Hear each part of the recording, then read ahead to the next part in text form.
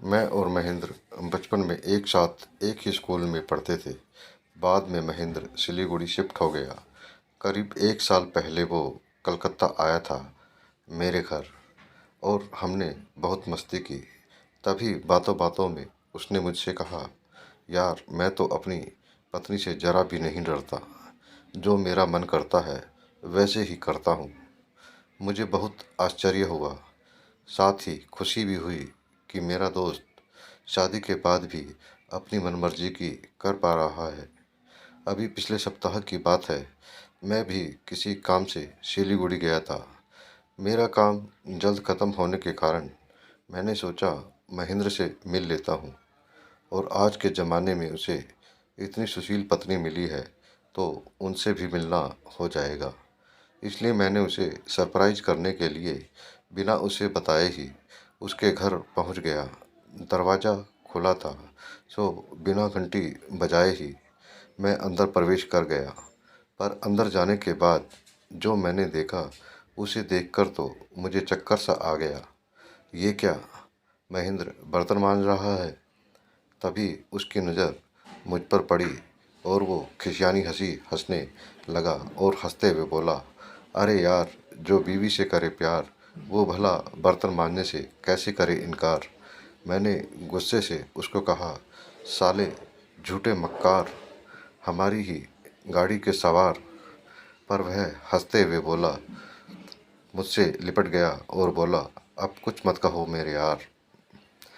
सुमित रोज की तरह सुबह सुबह ऑफिस जाने के लिए तैयार हो रहा था।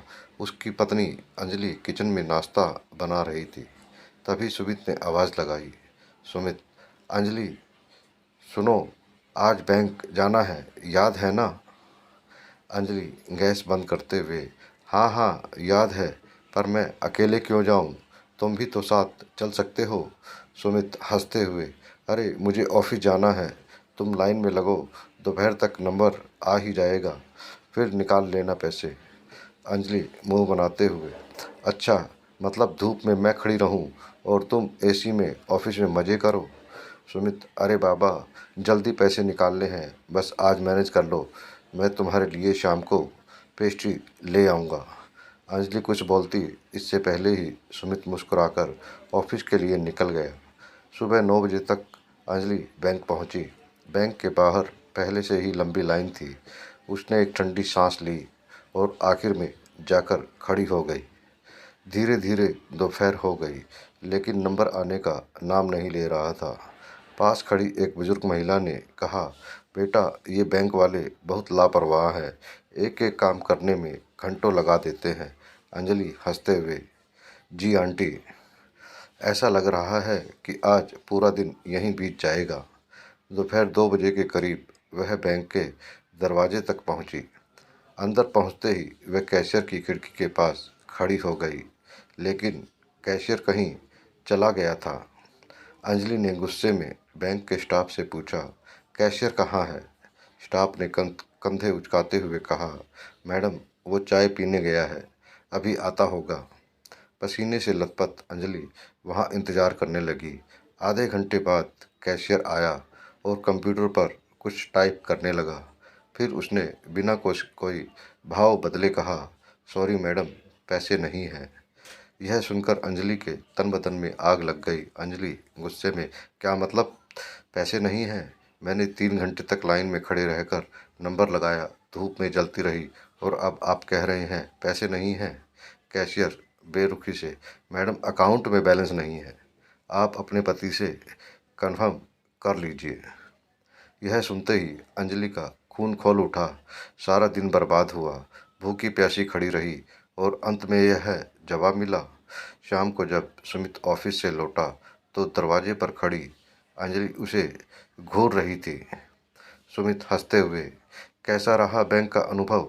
अंजलि गहरी सांस लेते हुए, बहुत शानदार। धूप में तपते हुए 2 बजे बैंक के अंदर पहुंची, 3 बजे कैशियर के पास खड़ी थी, और फिर उसने कह दिया, पैसे नहीं हैं। सुमित चौंकते हुए, क्या पैसे नहीं हैं? उन्होंने ऐसा कैसे कहा? अंजलि आंखें दरेड़ते हुए, बिल्कुल सही कहा, क्योंकि पैसे बैंक में थे, तुम्हारे अकाउंट में पैसे ही नहीं थे। सुमित के चेहरे का रंग उड़ गया। सुमित, ओह, शायद मैं भूल गया था कि अकाउंट में पैसे ट्रांसफ़र करने थे। अंजलि बेलन उठाते हुए, मतलब मेरी इतनी मेहनत, भूखा प्यासा रहना सब बेकार। ऑफिस में तुम्हें इतना भी याद नहीं रहा कि अकाउंट में पैसे है या नहीं। अगले ही पल सुमित के सिर पर बेलन आ गिरा। सुमित चीखते हुए, अरे अरे, मार क्यों रही हो? अंजलि गुस्से में, तुम्हें पता है, बैंक के कैशियर से लड़ने का तो मन कर रहा था, लेकिन असली गुनहगार तो तुम निकले। सुमित, अरे बाबा, गलती हो गई, अब ट्रांसफ़र कर देता हूँ।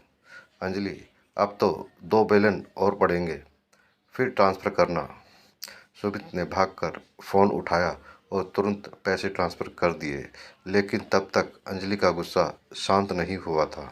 अगले दिन सुमित खुद बैंक गया और पैसे निकालकर अंजलि के हाथ में रखे। सुमित शर्मिंदा होकर, सॉरी यार, मेरी गलती थी। अंजलि हंसते हुए, ठीक है, पर अगली बार पैसे ट्रांसफ़र करना भूल गए तो सिर्फ बेलन ही नहीं, कढ़ाई भी पड़ेगी। सुमित ने सिर हिलाया और मन ही मन सोचा, बैंक की लाइन में खड़ा रहना आसान है, पर पत्नी के बेलन से बचना मुश्किल।